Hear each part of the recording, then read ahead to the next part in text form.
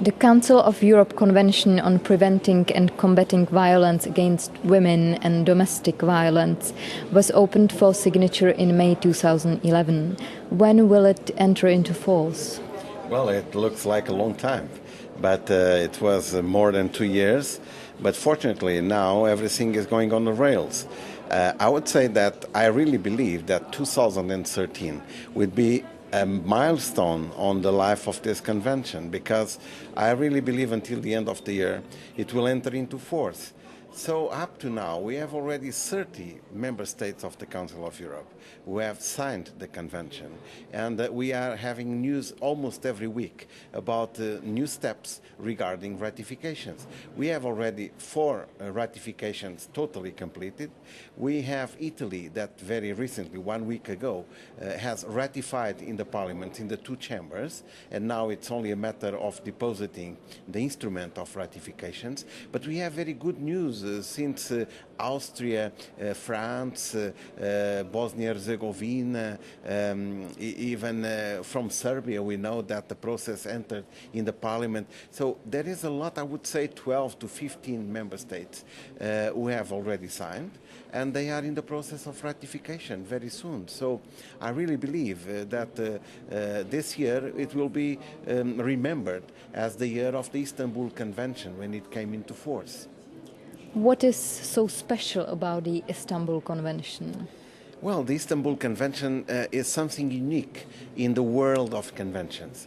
It's a binding legal instrument, so it means that regarding this issue of domestic violence and violence against women, it's really an instrument that will put all the member states that are ratifying this convention in the obligation of adapting the legislation and adapting the structures to not only prevent the violence, but also to prosecute the perpetrators, to assist to the victims, and to have integrated policies. So this is also unique because it's the first convention in the world where the parliamentarians and the parliaments, they have a special role on the monitoring committee and the monitoring mechanism.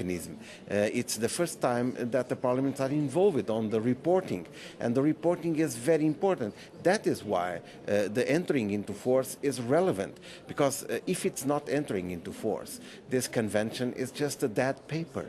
It's worth nothing.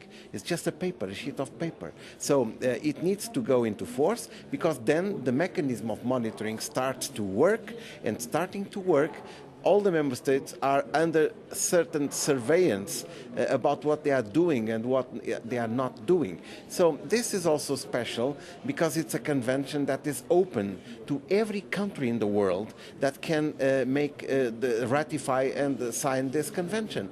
This is something really unique. So I would say that it's also special because it covers practically the whole wide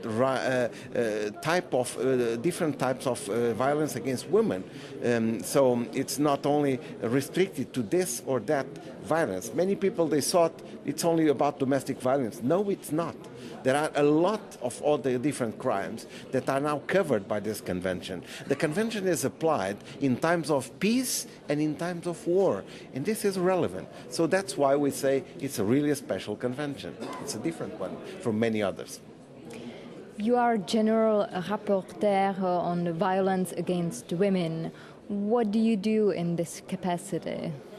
Well, I would say that I'm just like a sort of ambassador of this convention.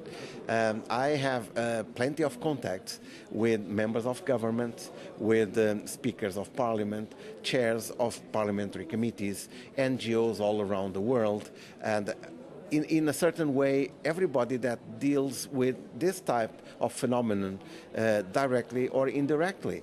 For instance, I need to say to the members of the government that they should not wait until they are 100% in line with the convention and then afterwards to ratify the convention. That's wrong. It's a wrong attitude. They don't need to be already totally adapted. This is an ongoing process. They only need to know if they want or if they agree with the contents of the convention. And then after they sign and ratify, then it starts the process of if there are gaps, and I would say in some countries they are so much advanced that they are totally in line with the convention. There are many others that they are still a long distance from what is stated in the convention. But that is an ongoing process. So if we were all waiting for the total perfection, the 100% online with the convention, in 10 years' time, we still had no convention because everybody was waiting to be perfect. There is no perfection. We need the will to go ahead. So my job as it's not a job, it's a mission. Let's call it a mission as a General Rapporteur on Violence Against Women of the Council of Europe in the Parliamentary Assembly, and also as coordinator of this network of different parliamentarians from the national parliaments who are members of this network. And I tell you, they are relevant in everything that we have achieved, because in every parliament we have this kind of reference parliamentarian, member of this network, and they organize events, they press the government, they also have an important role on the right direction regarding this convention. I think it's a good example. This network has been seen now as a reference all over the world. I'm being called by many other parts of the world just to talk about what's that of that network. We organize, for instance, here in Strasbourg, we organize a lot of hearings, we organize exhibitions. Next Wednesday we will have an exhibition here, and we will have also a hearing. We are in contact, in my job, I'm in contact with directors of human rights film festivals, because we think that those film festivals, as they are dedicated to human rights, they should not put aside the problem of those women which are victims of violence. And that is the most basic, and I would say one of the most awful violations of human rights, is that they are taking the joy of all those women, and there are so many millions in the world, that they have been stolen on the joy of living their rights totally, plenty, and the life and the quality of their lives. So I would say that this is a terrific and a very grateful mission that I'm carrying on with much pleasure. I tell you, if we achieve finally to the entering into force, I used to say this will be the main achievement of my political life. I'm in politics since 1979. I'm in Parliament since 1983. I have done thousands of speeches. I have done and written a lot of draft projects of law and many other things. But I tell you, at the end of the day, many times we think to ourselves, did I make something useful to people? Or just another speech, or just another discussion and another debate? Was that useful? And I tell you, many times we come to the conclusion that it's only rhetoric and not practical side of our political activity. And doing this, I have the feeling, the sensation, that if we achieve, we are saving millions of lives. We are improving the quality of millions and millions of women, especially women. Although I say that there is also domestic violence that affects men, but they are a minority. But we are covering. The convention is not forgetting those men who are victims.